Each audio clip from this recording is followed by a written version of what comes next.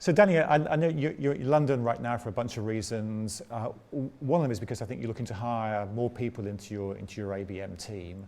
Again, something we think a lot about is how is a good ABM'er different from a kind of classic marketeer, B2B marketeer, or what are the kind of dividing lines? And I'm keen to get your take on what are you looking for in terms of an ABM professional? It's interesting because you do have to think about it differently when you're talking to people about, when you're interviewing.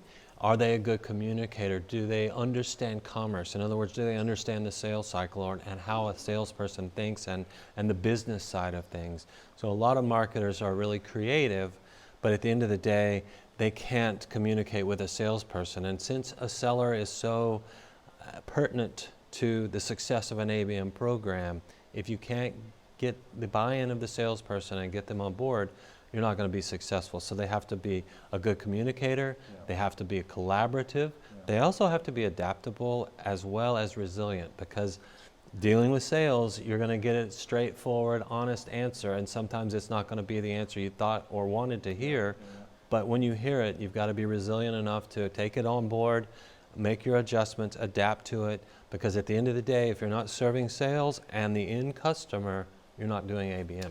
Yeah, I agree. I mean, I think there are kind of two particular things that we look for when we recruit, and one of them is actually that commercial nous, if you like, because actually our work, and I think ABM is all about trying to deliver commercial impact for a client, for an end customer. So you've got to have somebody who understands, as you're saying, sales cycles, an RFP process, that kind of background I think is fundamental. I think the second thing we look for is somebody who's not going to get blown over by sales with that kind of first pushback.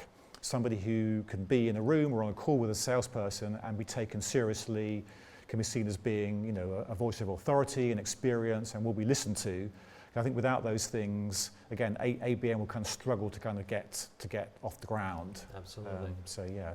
And collaboration is another big one, right? Yeah. You've got to be able to collaborate across the organization, yeah.